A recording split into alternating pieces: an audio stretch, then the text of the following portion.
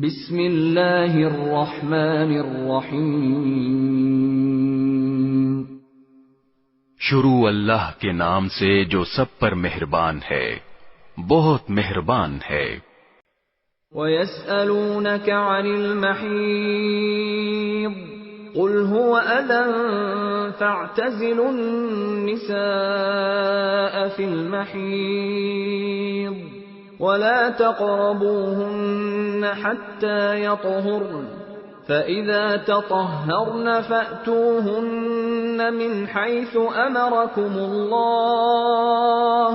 إِنَّ اللَّهَ يُحِبُّ التَّوَّابِينَ وَيُحِبُّ الْمُتَطَهِّرِينَ۔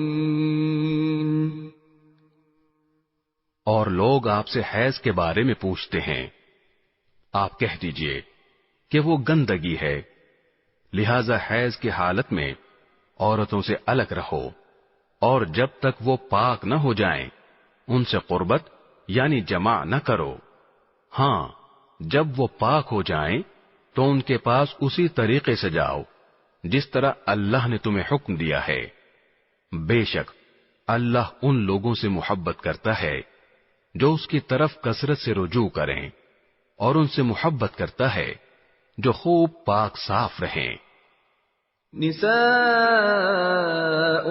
حرث لکم فأتوا حرثکم أَنَّا شئتم وقدموا لأنفسکم واتقوا اللہ واعلموا أنکم ملاقوہ وبشر المؤمنین۔ تمہاری بیویاں تمہارے لیے کھیتیاں ہیں، لہذا اپنی کھیتی میں جہاں سے چاہو جاؤ، اور اپنے لیے اچھے عمل آگے بھیجو، اور اللہ سے ڈرتے رہو، اور یقین رکھو کہ تم اس سے جا کر ملنے والے ہو،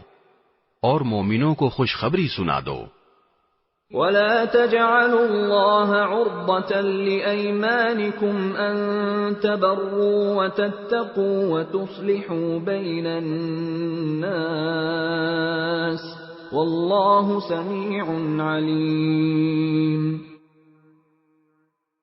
اور اللہ کے نام کو اپنی قسموں میں اس غرض سے استعمال نہ کرو کہ اس کے ذریعے نیکی اور تقوی کے کاموں اور لوگوں کے درمیان صلح صفائی کرانے سے بچ سکو، اور اللہ سب کچھ سنتا جانتا ہے۔ لا يؤاخذكم الله باللغو في أيمانكم ولكن يؤاخذكم بما كسبت قلوبكم والله غفور حليم۔ اللہ تمہاری لغو قسموں پر تمہاری گرفت نہیں کرے گا، البتہ جو قسمیں تم نے اپنے دلوں کے ارادے سے کھائی ہوں گی ان پر گرفت کرے گا، اور اللہ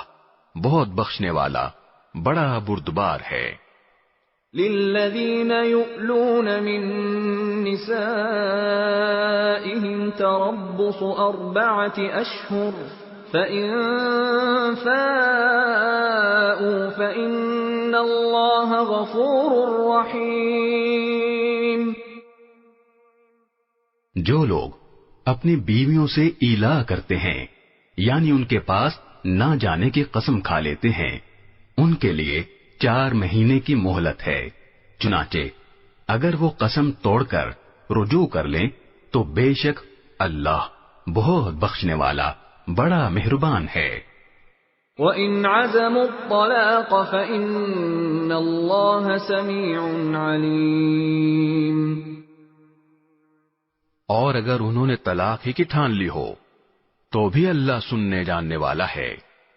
والمطلقات يتربصن بأنفسهن 3 قروء ولا يحل لهن أن يكتمن ما خلق الله في أرحامهن إن كن يؤمن بالله واليوم الآخر وبعولتهن أحق بردهن في ذلك إن أرادوا إصلاحا وَلَهُنَّ مِثْلُ الَّذِي عَلَيْهِنَّ بِالْمَعْرُوفِ وَلِلرِّجَالِ عَلَيْهِنَّ دَرَجَةٌ وَاللَّهُ عَزِيزٌ حَكِيمٌ۔ اور جن عورتوں کو طلاق دے دی گئی ہو وہ 3 مرتبہ حیض آنے تک اپنے آپ کو انتظار میں رکھیں، اور اگر وہ اللہ پر اور آخرت کے دن پر ایمان رکھتی ہوں تو ان کے لیے حلال نہیں ہے کہ اللہ نے ان کے رحم میں جو کچھ یعنی حمل یا حیض پیدا کیا ہے اسے چھپائیں، اور اس مدت میں اگر ان کے شوہر حالات بہتر بنانا چاہیں تو ان کو حق ہے کہ وہ ان عورتوں کو اپنی زوجیت میں واپس لے لیں، اور ان عورتوں کو معروف طریقے کے مطابق ویسے ہی حقوق حاصل ہیں جیسے مردوں کو ان پر حاصل ہیں۔ ہاں، مردوں کو ان پر 1 درجہ فوقیت ہے، اور اللہ غالب اور حکمت والا ہے۔ الطلاق مرتان فإمساك بمعروف أو تسريح بإحسان ولا يحل لكم أن تأخذوا مما آتيتموهن شيئا إلا أن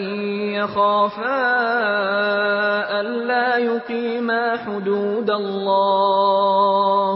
فإن خفتم ألا يقيما حدود الله فلا جناح عليهما فيما افتدت به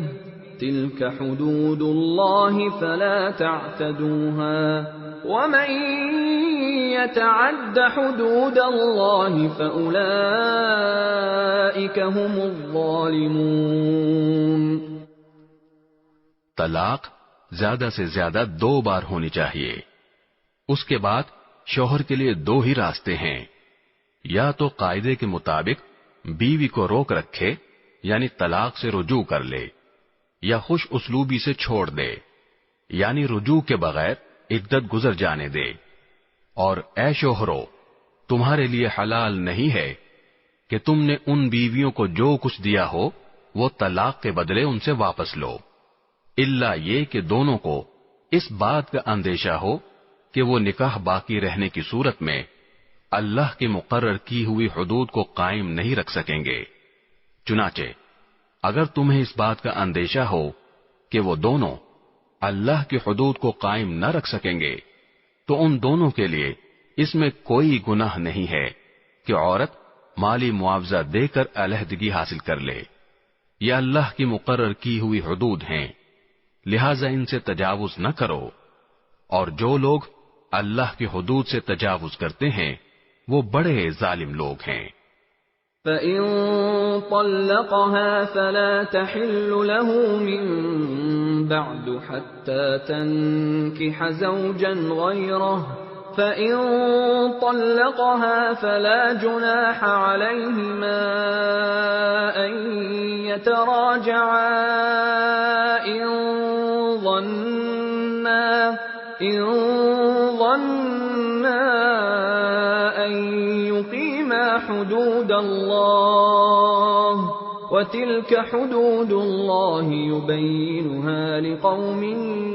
يَعْلَمُونَ۔ پھر اگر شوہر تیسری طلاق دے دے تو وہ مطلقہ عورت اس کے لیے اس وقت تک حلال نہیں ہوگی جب تک وہ کسی اور شوہر سے نکاح نہ کرے۔ ہاں، اگر وہ دوسرا شوہر بھی اسے طلاق دے دے تو ان دونوں پر کوئی گناہ نہیں کہ وہ ایک دوسرے کے پاس نیا نکاح کر کے دوبارہ واپس آ جائیں، بشرطے کہ انہیں یہ غالب گمان ہو کہ اب وہ اللہ کی حدود قائم رکھیں گے، اور یہ سب اللہ کی حدود ہیں جو وہ ان لوگوں کے لیے واضح کر رہا ہے جو سمجھ رکھتے ہوں۔ وَإِذَا طَلَّقْتُمُ النِّسَاءَ فَبَلَغْنَ أَجَلَهُنَّ فَأَمْسِكُوهُنَّ بِمَعْرُوفٍ أَوْ سَرِّحُوهُنَّ بِمَعْرُوفٍ وَلَا تُمْسِكُوهُنَّ ضِرَارًا لِتَعْتَدُوا وَمَن يَفْعَلْ ذَلِكَ فَقَدْ ظَلَمَ نَفْسَهُ ولا تتخذوا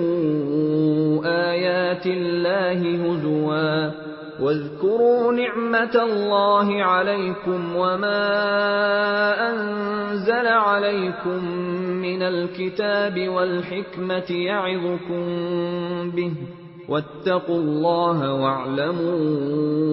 أن الله بكل شيء عليم۔ اور جب تم نے عورتوں کو طلاق دے دی ہو اور وہ اپنی عدت کے قریب پہنچ جائیں تو یا تو ان کو بھلائی کے ساتھ اپنی زوجیت میں روک رکھو یا انہیں بھلائی کے ساتھ چھوڑ دو، اور انہیں ستانے کی خاطر اس لیے روک کر نہ رکھو کہ ان پر ظلم کر سکو، اور جو شخص ایسا کرے گا وہ خود اپنی جان پر ظلم کرے گا۔ اور اللہ کی آیتوں کو مذاق مت بناؤ، اور اللہ نے تم پر جو انعام فرمایا ہے اسے اور تم پر جو کتاب اور حکمت کی باتیں تمہیں نصیحت کرنے کے لیے نازل کی ہیں انہیں یاد رکھو، اور اللہ سے ڈرتے رہو، اور جان رکھو کہ اللہ ہر چیز کو خوب جانتا ہے۔